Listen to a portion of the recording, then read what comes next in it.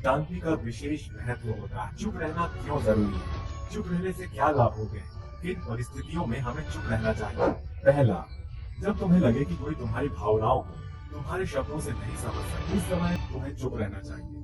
अक्सर हम लोगों को अपने दुख, अपनी परेशानियों के बारे में बताना शुरू कर देते हैं, जबकि हमारे आसपास रहने वाले ज्यादातर लोगों को इससे कोई मतलब नहीं कि हमारे जीवन में क्या गुजर रहा है। हर इंसान को केवल खुद से मतलब होता है। वो केवल खुद के बारे में बात करना चाहता है। वो केवल खुद की तारीफ सुनना चाहता है। उन्हें हमारे जीवन की परेशानियों से कोई मतलब नहीं, और न ही वो सुनना चाहते हैं। हो सकता है कि एक या दो बार वो हमारी दुख भरी कहानी सुन भी ले, लेकिन उसके बाद वो तुमसे दूर भागना शुरू कर देंगे, क्योंकि कोई भी किसी दुखी और असहाय इंसान के साथ रहना पसंद नहीं करता। इसीलिए कभी भी अपने कुछ करीबी मित्रों और परिवार वालों को छोड़कर किसी ऐसे इंसान को अपनी परेशानी ना बताएं, जो तुम्हारी बातों को समझने के बजाय उनका मजाक बनाए। दूसरा अवसर, जब तुम्हें ये ना पता हो कि किसी विशेष मौके पर क्या बोलना है, या फिर तुम्हें किसी विशेष घटना के बारे में आधा अधूरा ही ज्ञान हो, तो ऐसे मौके पर भी तुम्हें चुप ही रहना चाहिए। ऐसा इंसान जो आधा अधूरा ज्ञान होने के बाद भी उस विषय में बात करता है, वो अक्सर ही मजाक का पात्र बनता है, और कोई भी ऐसे इंसान को गंभीरता से नहीं लेता। अपनी बात को प्रभावशाली तरीके से वही रख सकता है जिसे उस घटना या विषय के बारे में गहराई से जानकारी है। इसीलिए कभी भी आधी अधूरी और इधर उधर से मिलने वाली जानकारी के आधार पर लोगों से अपनी बात मनवाने की कोशिश न करें। तीसरा अवसर, जब कोई इंसान तुम्हारे सामने किसी तीसरे इंसान की बुराई कर रहा हो, तब ऐसी परिस्थिति में भी तुम्हें चुप रहना चाहिए। तुम्हें कभी भी ऐसी नकारात्मक बातचीत का हिस्सा नहीं बनना चाहिए, क्योंकि आज जो इंसान तुम्हारे सामने किसी तीसरे इंसान की बुराई कर रहा है, वही कल किसी और के सामने तुम्हारी भी बुराई करेगा। और इस बात की भी ज्यादा संभावना है कि आज तुमने उसकी हाँ में हाँ मिलाने के लिए तीसरे इंसान की जो बुराई की है, कल रिश्ते ठीक होने पर वो उस तीसरे इंसान से भी कहेगा कि तुमने उसके बारे में क्या क्या कहा था।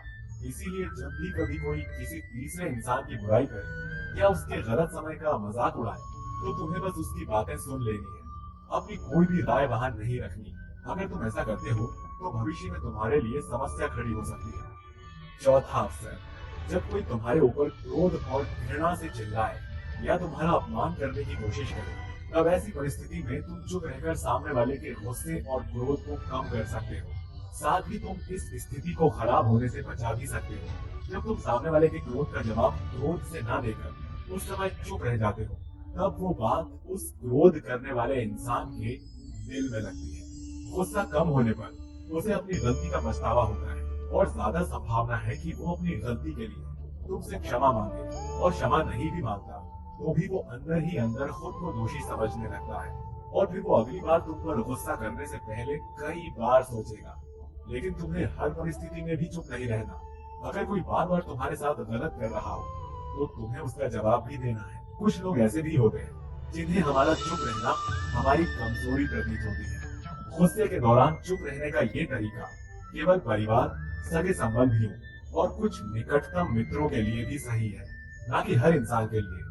अगर तुम हर जगह चुप रहने लग गए, तो इसका लोग गलत फायदा भी उठा सकते हैं। पांचवा अवसर, कि जब कोई इंसान तुमसे उसके जीवन की कोई दुख भरी घटना या अपने जीवन की परेशानी साझा कर रहा हो, तो ऐसी परिस्थिति में तुम्हें शांत रहकर सिर्फ उसकी बातों को सुनना चाहिए। ज्यादातर लोग ऐसे होते हैं कि किसी ने उनके सामने अपनी समस्या सुनाई नहीं कि उन्होंने समाधान देना शुरू कर दिया। जबकि जब कोई इंसान हमसे अपनी परेशानी साझा कर रहा होता है, तो वो हमसे किसी सुझाव की उम्मीद नहीं करता।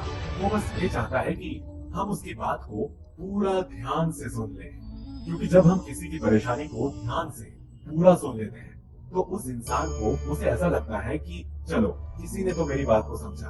अधिकतर मौकों पर जब लोग हमसे अपनी परेशानी साझा करते हैं, तो वो बस हमें अपनी बात बताना चाहते हैं। वो ये नहीं चाहते कि हम उन्हें सलाह देना शुरू कर दें, कि जो सलाह हम उन्हें देने वाले हैं वो सब उन्हें पहले ही पता है।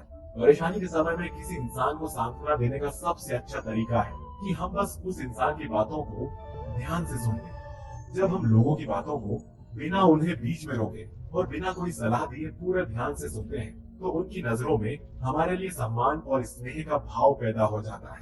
हम ज्यादा गंभीर, समझदार और शांत दिमाग वाले इंसान प्रतीत होते हैं। इसीलिए अब जब भी अगली बार तुम्हें कोई अपनी परेशानी बताए, तो बस उसकी बातों को ध्यान से सुनना। और जब तक वो आपसे सलाह ना मांगे तो व्यर्थ में अपनी सलाह मत देना।